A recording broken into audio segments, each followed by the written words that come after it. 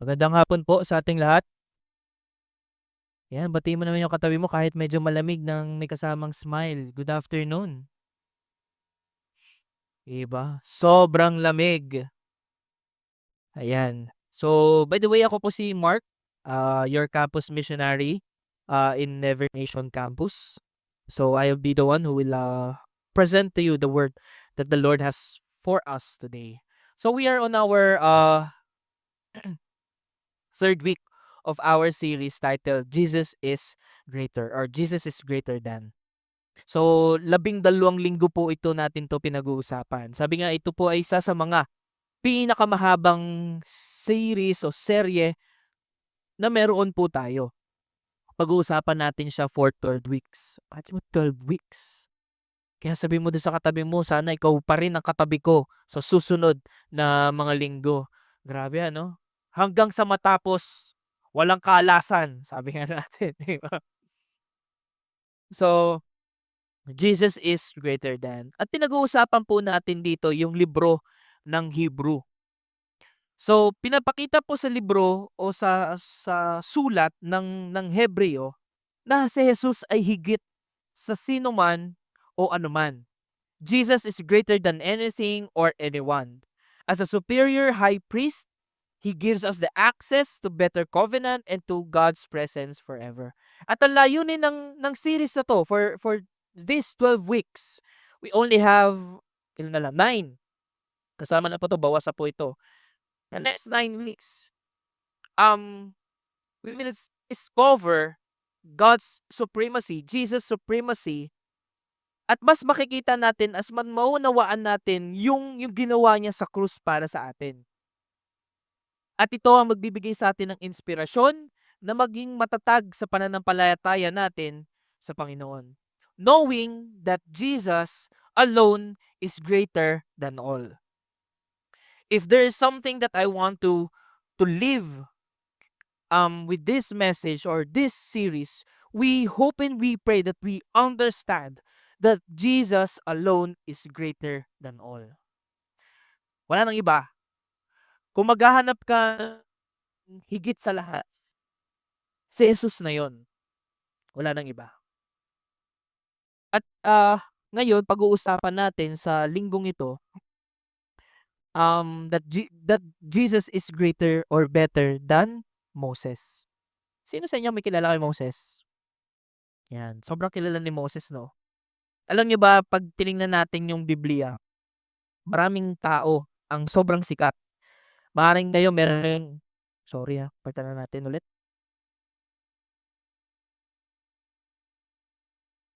Sorry, ayan. Tayo 'pag binuksan natin yung Biblia natin, makakikita ka ng maraming istorya sa Bible na ginamit ng Panginoon upang makilala ang kanyang pangalan. You have your own favorite leaders, so to speak. At maaaring iba sa inyo, paborito niyo nga si Moses. Do you have someone or maaaring hindi man sa Biblia, sa buhay niyo na lang, maaaring meron na kayo isang leader or tao na sobrang niyong tiningala o sobra niyong inidolo, meron po ba? For me, one of the great leader that I really look up to when really growing up is my father. Kaya po ako kumuha ng kursong engineer because my father is an engineer. At sobra po ako namamangha 'pag lagi po siyang umuuwi at 'pag nagkukuwento si mama, eh, di siyempre 'pag bata ka kahit exage yung kuwento nung nanay mo papaniwalaan mo, eh, 'di ba? So, sobra akong na-amaze kasi bakit? Kinukuwento niya sa'kin yung mga buildings na ginawa nila.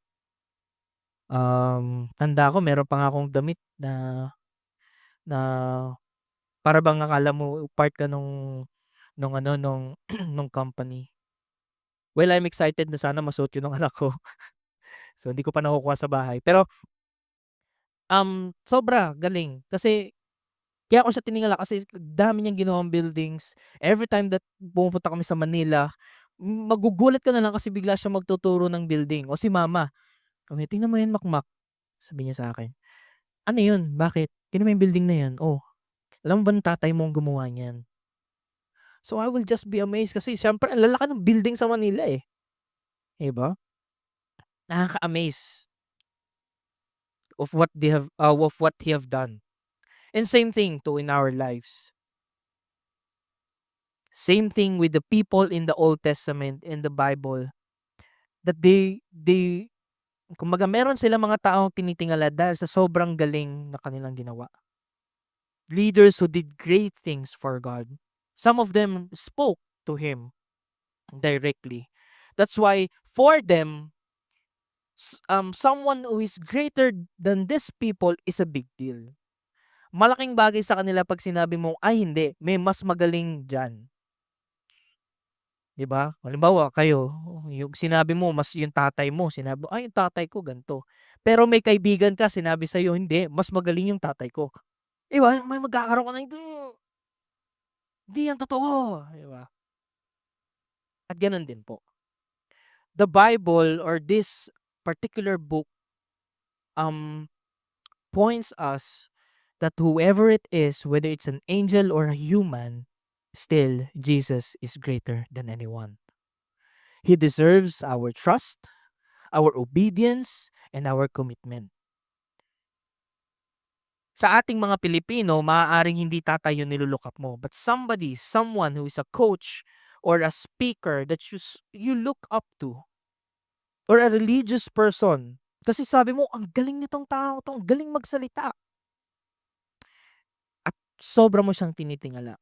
Pero alam niyo hindi natin napapansin sa sobrang pagtingala natin sa mga taong ito, nalili naki na hindi natin napapansin na yung puso natin ay napapalitan na ng iba. Imbes na si Jesus yung nandiyan, iba na, tao na yung sinasamba natin. That's why my question for each and every one of us as we tackle this, as we observe and search this word, pagsusuriin po natin yung salita, tanong ko lang po sa atin, who is really at the center of your faith? Sino ba talaga yung sentro ng pananampalataya na meron ka? Si Jesus ba? Or is it something else? Or someone else? And today, we will talk about the Hebrews chapter 3, where it points us that Jesus is not just another leader or another messenger or another servant, but he is far greater and he alone is worth following. Can I invite everyone to stand as we read the word for today?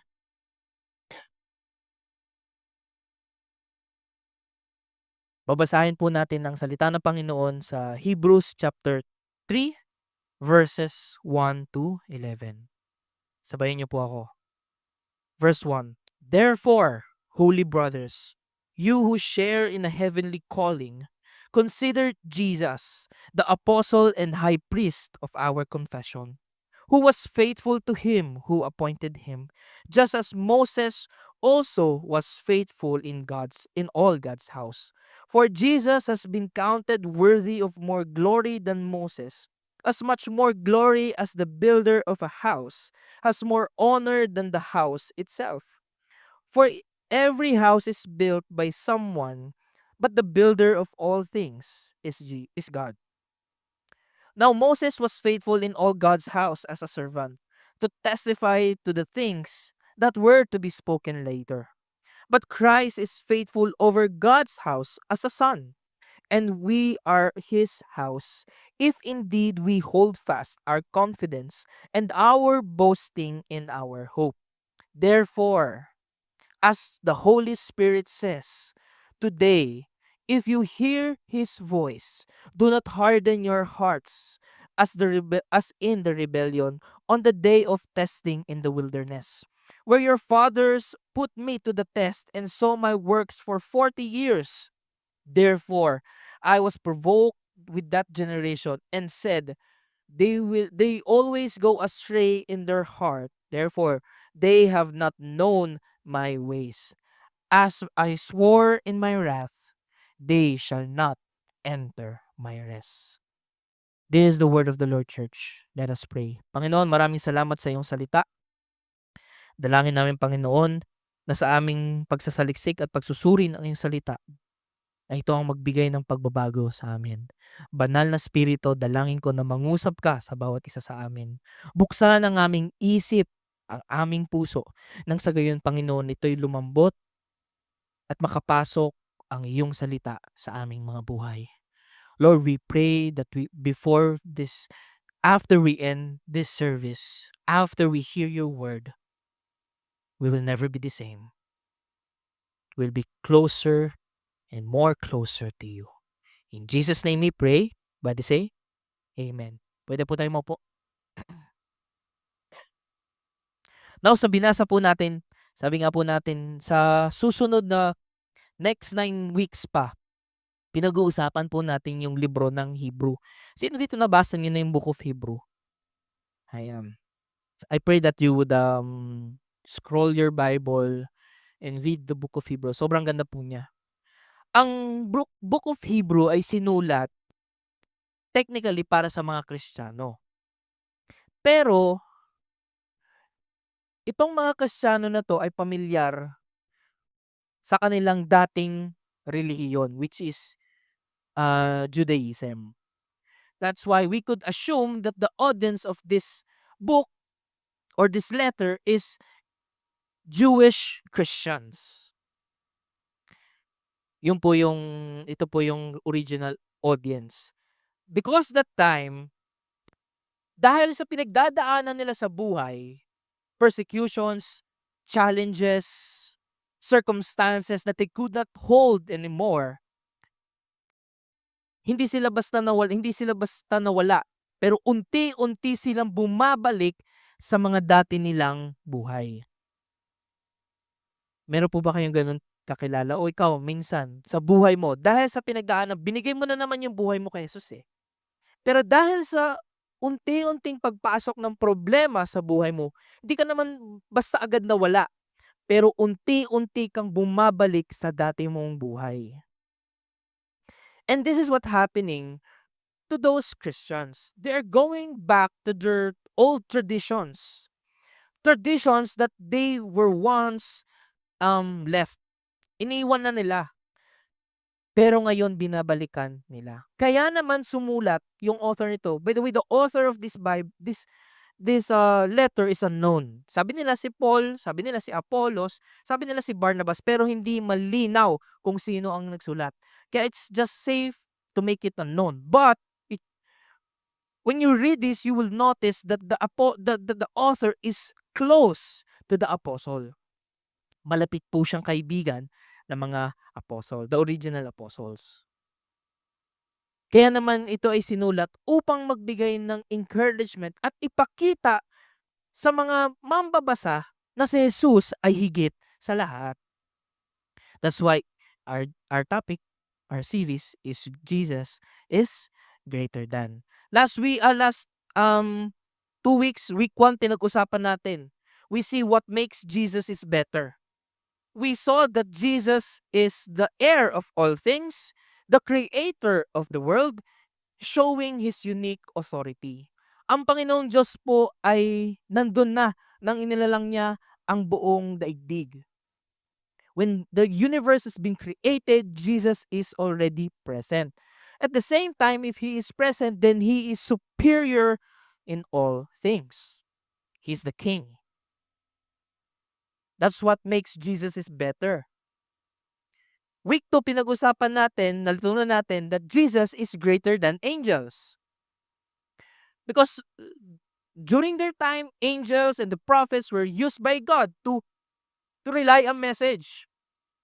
But Jesus is greater than the angels because Jesus is not just a messenger, but He Himself is the message.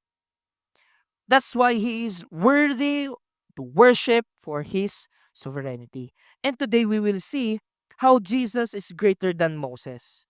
Yes, Moses was a servant, but Jesus is the builder of God's house. Kaya nga tanong natin, sino ba si Moses? Bakit ba binigyan ng puwang ng may akda kung bakit mas higit si Jesus kaysa kay Moses? Si Moses po ay isa sa mga importanteng leader sa Old Testament. For them, for the Jews, Jesus is the goat. Alam niyo po yung the goat? Goat. G-O-T, G-O-A-T, sorry. Mali pa spelling, no? Pag sinabi mong GOAT, uso yan sa basketball, sa sports. Pag sinabing GOAT, ibig sabihin yan is greatest of all time. For them, Moses is the GOAT. Parang pag ngayon, pag tinanong mo sa basketball, who is the GOAT? Yung iba sasabihin si LeBron. Yung iba sasabihin si Kobe. Magagalit kung hindi si MJ. Mas lalong magagalit kung hindi si Robert Jaworski. 'Di ba? Para sa kanila, ibang klase si Moses. And ako personally, I really look up to Moses as well. Sobrang galing ng taong 'to. Ikaw ba naman ang ginamit ng Diyos upang makalaya sa pagkakaalipin ang mga Israelita sa Ehipto? Ikaw ba naman ang nakatanggap ng Ten Commandments? Sabi nga, 'di ba, meron ngang joke, sabi, sino ang unang nagka-tablet? Si Moses daw, 'di ba? He received the Ten Commandments and other laws from God on Mount Sinai. He also led the Israelites to the wilderness on their way to the promised land. For the Jews, they saw Moses as a mediator, a prophet, and the lawgiver. That's why they pay a high respect for this man. Kahit sa New Testament, ilang beses siyang binabanggit. Sa Gospel, ilang beses siyang binabanggit. And even if you read this Hebrews, you will still see and read the name of Moses. Pero bakit sa chapter 3? Kasi gusto na agad ipakita ng author na kahit si Moses yung pinakamagaling na leader na meron sila, he is the GOAT. For them, no. It's still Jesus. Jesus is still greater than Moses. Kahit na sabihin natin si Moses ay faithful kay Lord, he is a faithful servant in God's house, but still, Jesus is the Son of God. He is the builder of the house himself. In other words, kung nagbibigay ng respeto ang mga tao kay Moses, then we should respect more, worship more Jesus. We should honor him even more because he did far greater than Moses. Ang gusto lang ipakita ng may akda sa atin na kung tayo, 'di ba, nakaparinig sila ng mensahe mula kay Moses, nakarinig sila ng salita ng Diyos kay Moses, then tayo mismo, hindi natin kailangan si Moses. Kasi bakit? May Lord ka na. You have now Jesus in your life. That is why we should all the more listen, trust, and obey Jesus. Because He Himself is a God who came to live among us. That's why Jesus is better than Moses. And let us look at two reasons and one response why Jesus is worthy of greater honor than Moses. Una, we see that Jesus is greater in his identity in calling. He is the Son of God and not just a servant. Verse 1 and 2 says here, therefore, holy brothers, you who share in a heavenly calling, consider Jesus, the apostle and high priest of our confession, who was faithful to him who appointed him, just as Moses just as Moses also was faithful in all God's house. You see, nagsimula siya agad. Therefore, it's a conclusion. Now that you know who Jesus is, from chapter 1 to chapter 2, that you've seen that he is greater than the prophets and the angels. He is the creator of all things, superior than anyone else. Therefore,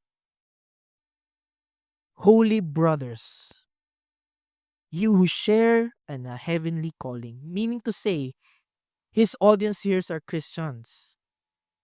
know that they give their life to Jesus, surrender their lives, receive Jesus as personal Lord and Savior, you know that you are now partakers of God's mission. You have a calling. You know your identity, your life, your yourself in Christ. Therefore, consider Jesus. When we say consider Jesus, it doesn't mean parang tingnan mo kapatid. No, it's more than that. When we say consider Jesus, it means fix your thoughts on Jesus. Now that you know who He is, think deeply of who He is in your life. Focus. Sabi mo sa katabi mo, focus. I hope hindi mo lang kilala, basta kilala si Jesus, pero kilala mo siya personal sa buhay mo. We will know Jesus not just on the Sundays church. We will know Jesus not only in our one-on-ones and groups. I hope and I pray that we have time, that dedicate time to know Him personally. Because sabi nga natin last week, di ba? Salvation is personal. And if you really want to grow your life with walk with God, then it's up to us, ourselves, if we really want to know Him personally. Think deeply about Jesus. Focus on Him. Kasi bakit? Sabi dun, consider Jesus. This is His identity in the calling. Because the apostle, He is the apostle and the high priest of our confession. Meaning to say, pag sinabi nating apostle, hindi siya yung unang apostle, not the 12. He is the first apostle who received the mission from God to save us. He came down here on earth for a certain mission, and that is to save you, to save me. That's why he is the first apostle. Second, he is the high priest because of what he had done on the cross. That gap, that separation that the sin had made, he's the one who connected us again to the Lord. Siya yung naging tulay para magkaroon ulit tayo ng koneksyon sa Diyos. And He speaks to God on our behalf. High priest. When we say high priest in the Old Testament, he is the representative of the people. Pag-usapan pa naman natin yan. But He is the high priest. He is our representation. Tandaan po natin, si Jesus ay hindi lang Diyos. He is not just fully God, but He is also a fully human. Kaya nga sabi natin last week, kung ikaw ay may pinagdadaanan at ikaw nahihirapan at may challenges ka sa buhay, tanda mo kapatid, na iintindihan ka ni Jesus sapagkat siya ay tao din, naging tao din. Whatever you're going through in life, Jesus understand and help you relate with you. Grabe, ang galing, no? He is the apostle and the high priest of our confession. Meaning to say, He is the reason why we have faith today, why we believe in Him today. We follow Him and we live for Him. That's why sabi doon, consider Jesus. Fix your thoughts on Him. Take time to think about Him. Well, who He is and what He has done in our lives. For He was been sent by God and now represents you before God. He is the reason we believe and the one we live for. Siya po yung rason. Kahit na sabihin natin na mayroong ginawang, sabi nga, Moses had the crucial role in God's house. But still, Jesus holds the highest position. Higher identity, higher in calling, higher in authority. Kung si Moses po, sabi nga natin, siya yung nasa loob ng bahay ng Panginoon. He is serving God faithfully in the tabernacle. He also was part of God's unfolding story But Jesus is over the house, reigning sovereignly, and He is the author and the fulfillment of it. Parte lang si Moses ng malaking plano ng Panginoon na meron sa kanyang mga tao. But Moses is a servant, but Jesus is above all else. Jesus is greater than Moses. Jesus doesn't just serve in the house He built it. Jesus doesn't just obey the will of God, He is the exact imprint of God's nature. Kahit anong galing ni Moses, tandaan mo si Moses nagkamali. Kaya nga hindi siya nakapasok ng promised land eh. Dahil sa isang pagkakamaling yun. But Jesus didn't sin. And because of that, he is the only one who could pay the penalty of sin and gave us life. He is the exact imprint of God's nature. That love that you're longing for, that grace that you're looking, that mercy that you're crying, all can be found on Him. At anong ibig sabihin nito sa atin? Kung ang mga tao, ang mga Israelita ay nagbibigay ng malaking respeto kay Moses, how much more we worship Christ for what He has done in our lives today. Church, I hope and I pray that we don't just admire Him. We submit to Him. Hindi ka lang na-inspire every Sunday, but it moves you to submit to Him. Hindi ka lang nakikinig kay Jesus, but you also live your life on His Word.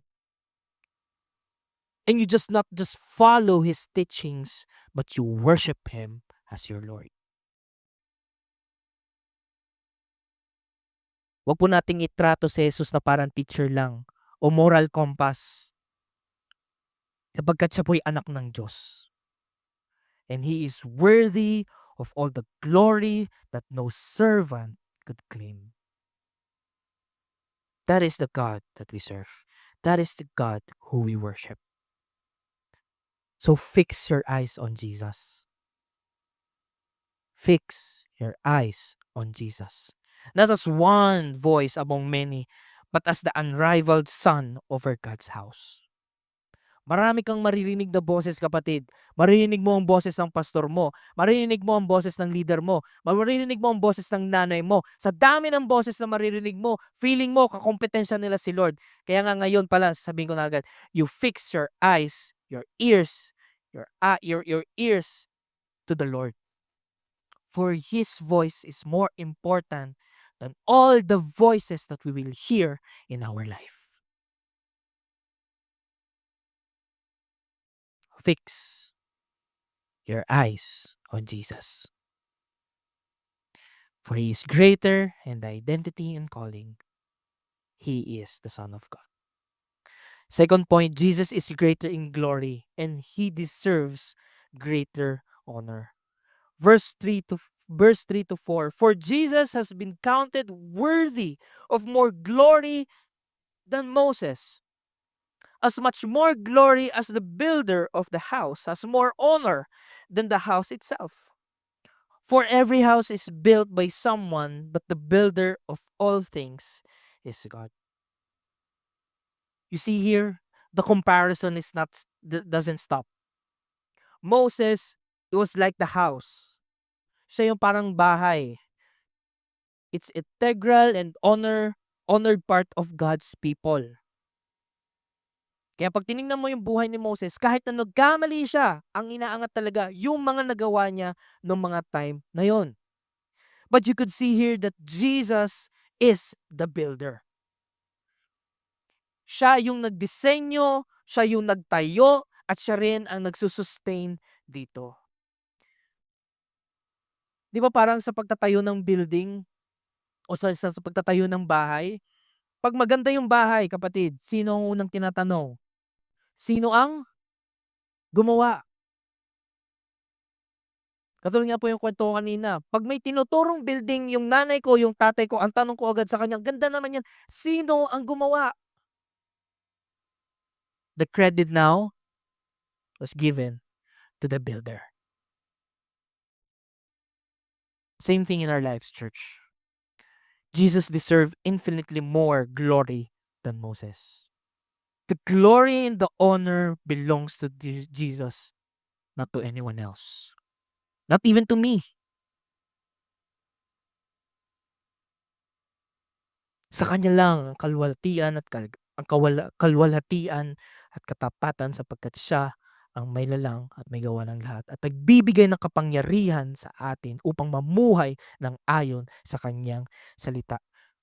You see the difference of their identity in the calling that God has placed for them. Moses is a servant. Tagapaglingkod siya ng Panginoon. Pero si Jesus, He is a divine.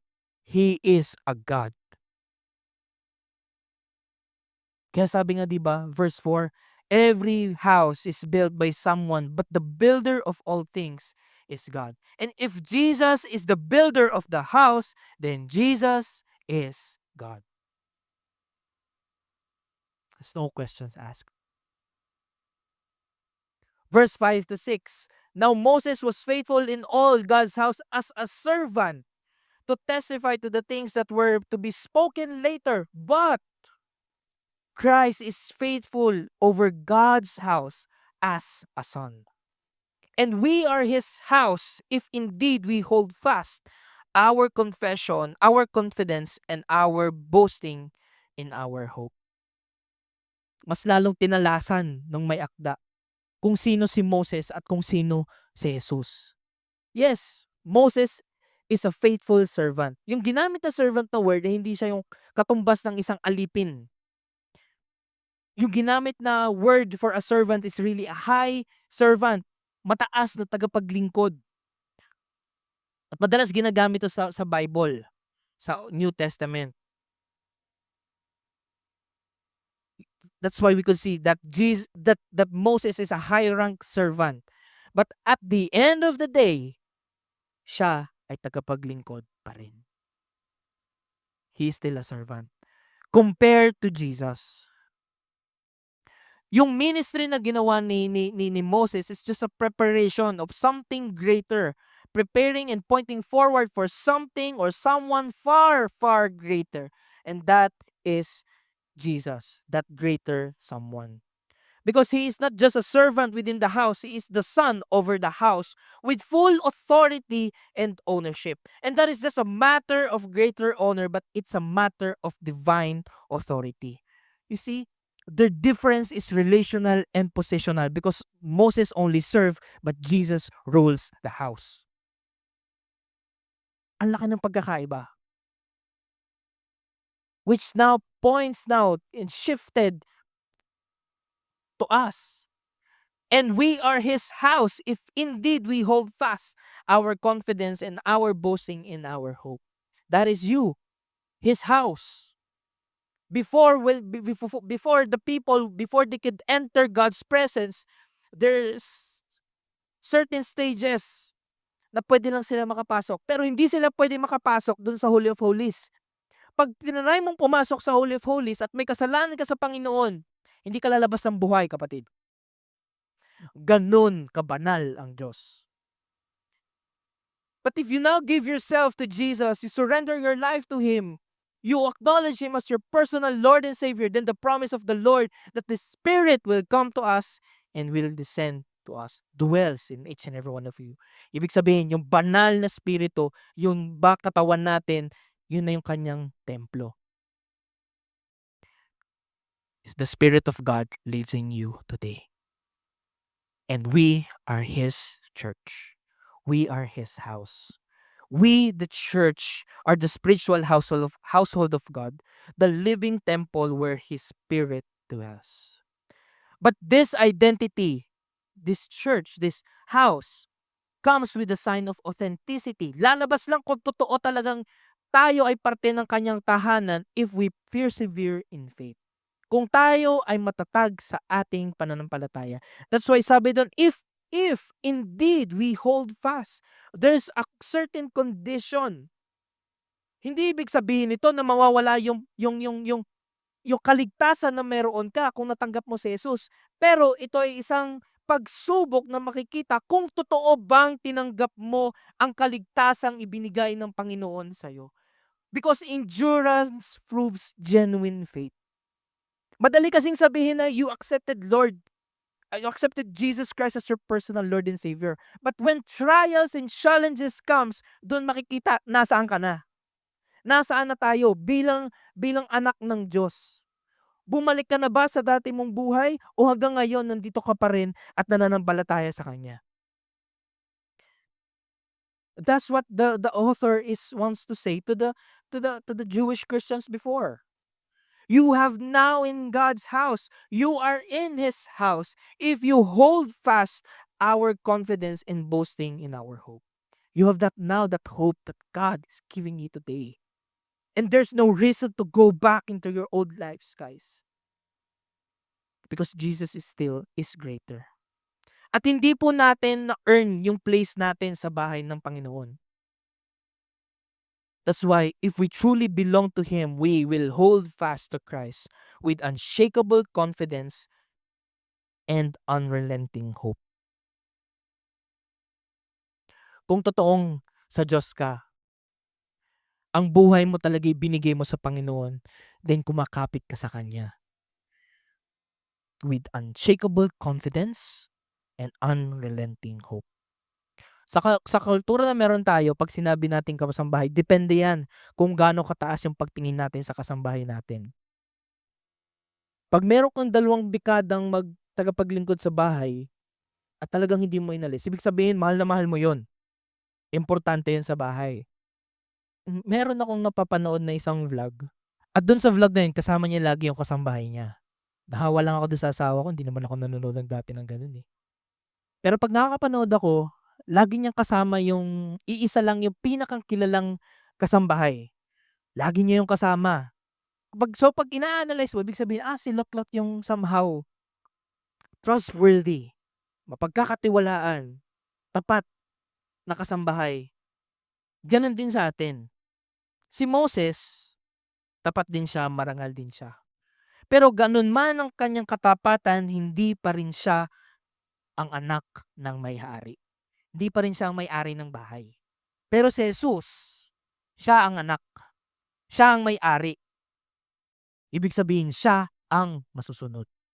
Kaya wag po tayong malilito. Yes, every servant of the Lord should be honored. Dapat po silang parangalan. Pero si Jesus, ang anak ng Diyos, ang dapat po nating sambahin. That's why my question for each and every one of us, are we impressed by God's servants than the God they serve? Mas humahanga ba tayo sa mga naglilingkod sa Kanya o dun sa Diyos na kanilang pinaglilingkuran? Do we boast more in human leaders or in Christ alone? Or is our faith is anchored in personality or in the person of Jesus? It's a hard check for us. But I'm not saying that we don't acknowledge what our servants and leaders is doing in the church. Let's honor them. Pwede po ba nating palakpakan every servant of God, from the music team, from the TSM team, from kids to ushers, and all the leaders that non-stop, unrelented, doing, discipling people for them to meet Jesus. Hindi po yun matatawaran. And we honor you. Sabi ko nga rin kanina umaga, isipin niyo na lang kung si pastor ang lahat ng gagawa. Ang bigat nun. Pero dahil nandyan kayo, naglilingkod sa Diyos, mas marami po tayong nagagawa.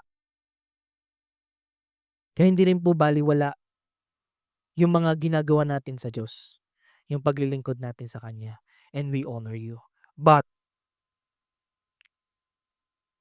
let's never exalt each and every one of us as if we are the foundation of this church. Hindi tayo ang pundasyon ng simbahan.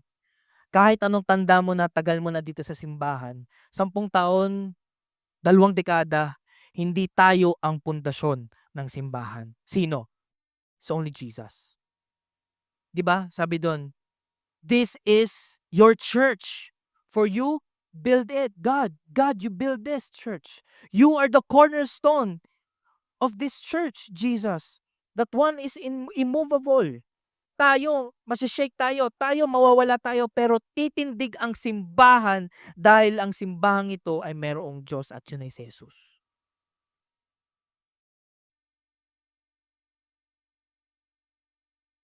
Hindi po 'to tumatayo dahil sa atin.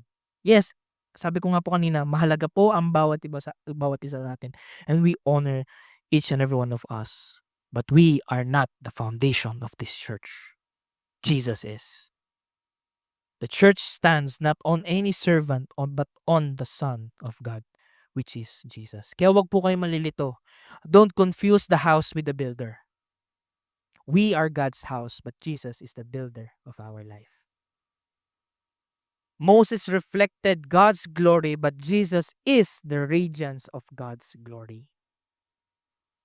Nasilayan lang ni Moses ang kaluwalhatian ng Diyos. Hindi pa nga ito face to face eh. Nung sinabi ni Moses kay God, Lord, gusto kong makita yung kung sino ka face to face. Pero sabi ni God, hindi mo kakayanin. Kaya ang gawin mo, tumalikod ka na lang. At pagkababa niya, nagniningning talaga siya. Mayroon ba ka ngayong kakilalang ganon? Yung pag sa umaga, grabe, kumikinang. Grabe yung makeup eh. Di ba? Parang ganon. Ganon. Moses reflect God's glory. But Jesus is the radiance of God's glory. He is the exact imprint of God's nature. And the glory of God could be seen in Jesus Christ. That's why if we are truly God's house, then let us hold fast to Jesus. Kumapit ka sa Kanya, kapatid. Fix your eyes on Jesus. Not casually, but confidently. Not because of duty, but because with our boasting in hope. Fix your eyes on Jesus. Not just admire Him from a distance, but follow Him with all your heart. For He alone deserves our worship. Let us worship Christ alone, for He alone is worthy of our highest praise. Siya lang ang dapat nating bigyan ng papuri sa ating mga buhay. Jesus is greater in His identity and calling. He is the Son of God, not just a servant. Jesus is greater in glory, and He deserves a greater honor. Then what should be our response? Our response is to hold fast and enter His rest.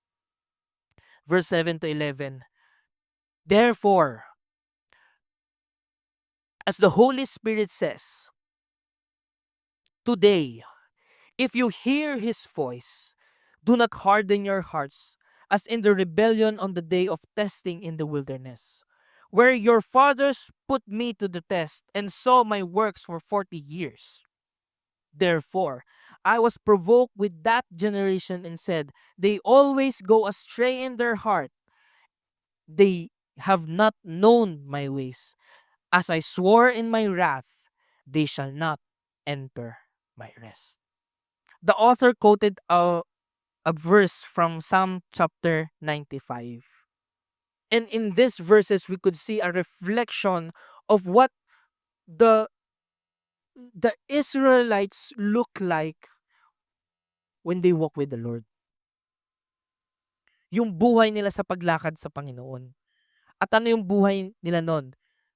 Despite of all the miracles that they've seen, despite of God's mighty acts in their life, the miracles and the provision and the protections that they receive from the Lord, what they have is a heart that is so hard. Pusong bato. May katabi ka bang pusong bato? Hopefully wala, no? Ganun katigas. They grew their heart so hard to the Lord that they grumbled, they disobeyed, and they refused to trust on God's promise. At ano yung consequence ng kanilang nung kanilang pag-disobey at pagrereklamo sa Panginoon. Sabi doon, they shall not enter my rest. Grabe. And this is not just a historical reminder for us today, church, but it's a present day warning to us that today, if you hear God's voice, do not harden your hearts. Ulitin ko po, today, ngayon, kung marinig mo ang salita ng Diyos, do not harden your hearts. Because church, the door to God's rest is open now, but it won't stay open forever. God is inviting us to His rest, to His presence. But this door will not be open forever. There will be the time that this door will be closed when Jesus will fully come back here on earth. And that's it. Yung sinasabing rest dito, hindi lang to pinag-uusapan yung Canaan. In the Old Testament, God's rest ultimately points to life in Christ, a place of deep soul rest where we are no longer striving in our own strength. Ibig sabihin, if you would enter God's rest, meaning to say, it's a peace with God through Jesus Christ. Joy in the Spirit and the eternal hope, eternal rest in His presence. Pag tayo ay nakapasok sa Kanyang, sabi doon, rest, meaning to say we trust Him completely. We stop trusting in ourselves to earn His favor, and we walk with Him daily with humility and joyful obedience. That's what that's what rest or God's rest means is. But to reject Christ, whether through unbelief, apathy, and a hardened rebellion, is to fall into the same tragedy as the wilderness generation, having a life that never enters into the fullness of what God has prepared for them. Nakakalungkot. Kasi ikaw ba naman ang naglakad ng 40 years for you to witness what God has prepared for you, but your heart is hardened. Puro reklamo, puro disobedience. Ngayon, tumigas na yung puso mo at hindi na sila nakapasok sa kung ano ang pinahanda sa kanila ng Panginoon. This what happened. When they sent 12 spies to survey the promised land, yung 10 ang sinabi, ay ganito ang lalaki ng mga kalaban, ang lalaki ng mga hindi natin kakayanin kapatid. Nung narinig ng mga tao yung nakita nung nakita nila yung sinabi ng mga espiya, ang nangyari, ang sagot nila, bakit ba kasi nandito pa rin tayo? Ba't ba hindi tayo bumalik ulit doon sa Egypt? Maganda na yung buhay natin doon. Hello guys, alipin kayo doon. But in their hearts, they just want gusto lang nila maging komportable. They just seek convenience. But there's a two person who stand up in God's presence, in God's promise, saying, hindi, pwede natin pasukin yan dahil yan ay pangako sa atin ng Panginoon. And what happened? Because of the disobedience of this older generation, they didn't enter God's rest. That old generation has been wiped away. Namatay po silang lahat, including Moses. Only the generation of Joshua and Caleb entered God's rest. Specifically when we talk about the promised land. But to us, it's different.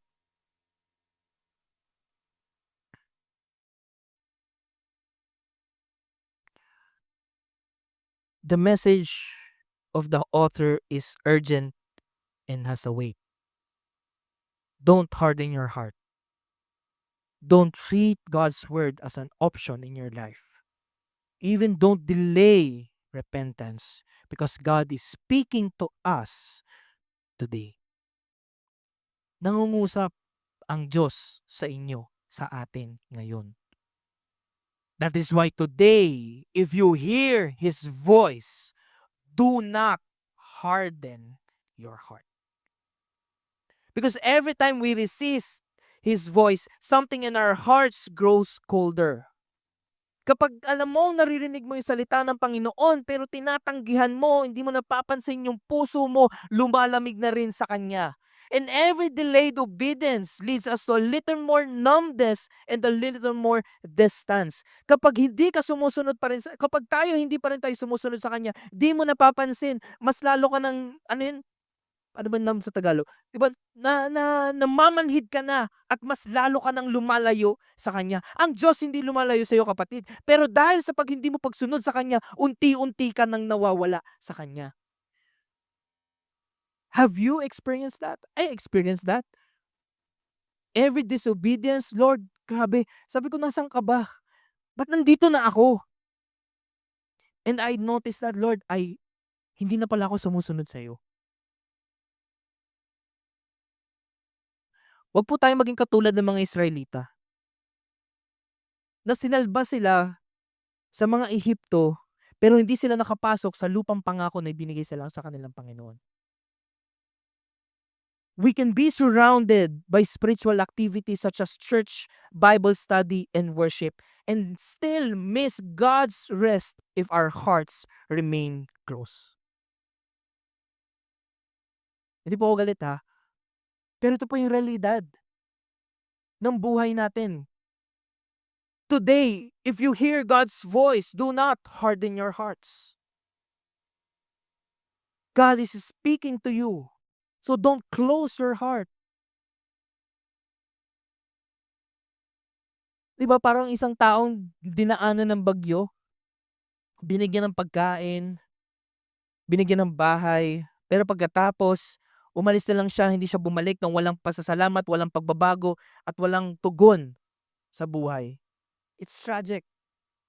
And that's what could happen in our life if we treat Jesus' salvation lightly and refuse to walk with Him in faith and obedience. Today, if you hear His voice, do not harden your heart. God is calling us to response, church.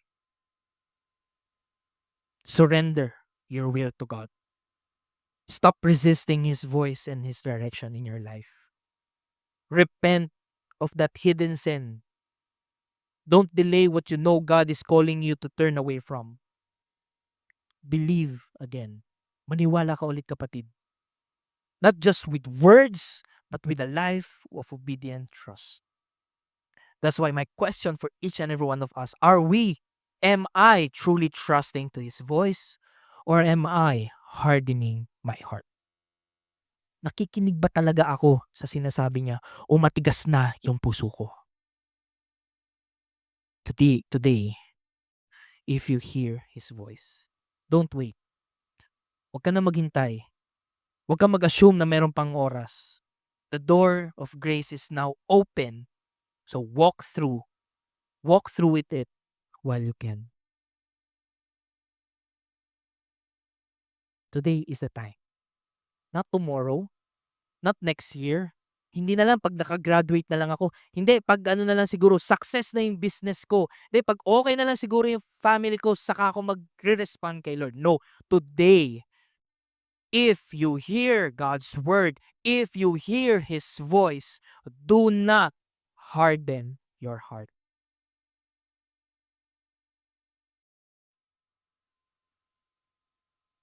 Because Jesus is far greater than anyone else. Jesus is better than Moses. As we conclude, can I call on the worship team? We see that Jesus is not just a faithful Jesus is not just a faithful servant. He's not just a servant in the house, but He is the Son of God, ruling with perfect authority and love. He is not just a merely part of God's house. He is the builder of the house, and He deserves all the glory. And he does not just lead us through trials, but He brings us into true rest that the kind of our souls are longing for. That's why now you know who Jesus is, that he is far greater than Moses, than the angels and the prophets. Today, if you hear his voice, do not harden your hearts. Sapagkat maaaring makaranas ka ng milagro sa buhay, na magandang pagkakagawa ng Panginoon sa iyo, pero maaari pa rin tayong hindi makinig at sumunod sa atin. Today, say to yourself, today, if I hear your voice, God, I will not harden my mind. We are God's house, church. If we continue to hold fast to Christ with confidence. So, church, wag lang po tayo ma-inspire every Sunday, every victory group, every one-on-one, but we should respond to His word. Don't just admire from afar, from where you are sitting. Jesus is now inviting you into his house. And don't just hear his voice, but soften their heart. Palambutin natin yung puso na meron po tayo. Can I invite everyone to close their eyes?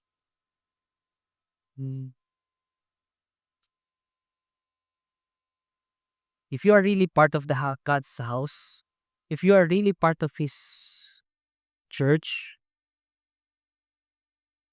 I pray that you remain rooted and faithful to the Lord.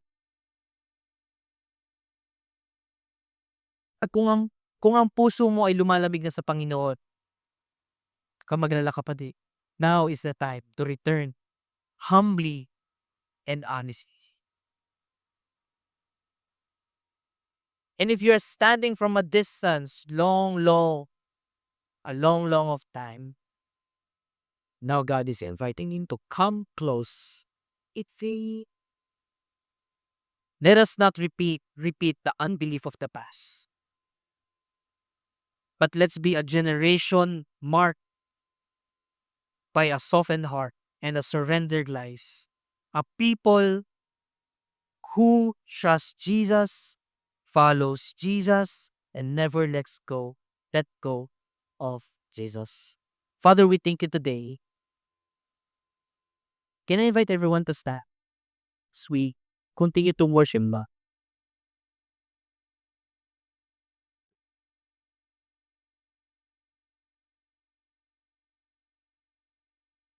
Pwede ba itaas natin yung kamay natin? Hindi lang.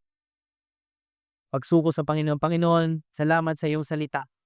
Totoo nga, Panginoon, na ikaw ay takila at higit sa lahat, Panginoon. Thank you, Lord, for you are not just a servant, but you are the Son of God. And you deserve all the glory and all the praises that we have, Panginoon. That's why, Lord, we pray that today that we will respond in your word to hold fast in it, to enter your rest.